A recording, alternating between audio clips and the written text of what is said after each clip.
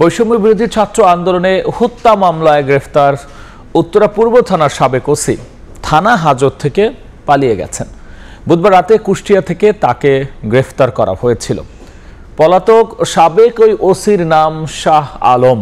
বৃহস্পতিবার দুপুরের দিকে থানা হাজত থেকে তিনি পালিয়ে যান বলে জানিয়েছেন ঢাকা মহানগর পুলিশের উপকমিশনার মোহাম্মদ তালেবুর রহমান।